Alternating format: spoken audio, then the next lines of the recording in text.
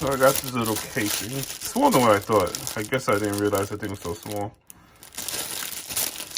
For the adapter for the, what's that, J, whatever else, 22, whatever it is. But yeah. Alright, let's go.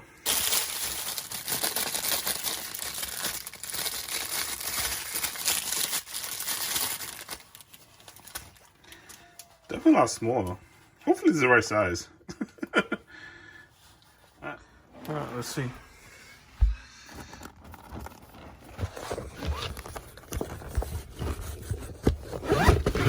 By the way, did anybody have problems with their bumper things not sticking on? This is for the license plate for the front.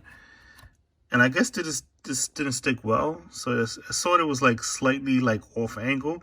So I went to like fix it and it just came off. Yeah, so let me know in the comments. Oh, I guess it is that small. Damn, I didn't realize it was so small. All right. So yeah, it looks like it's gonna fit perfectly in here. Oh yeah, definitely. All right. I'm doing this with one hand.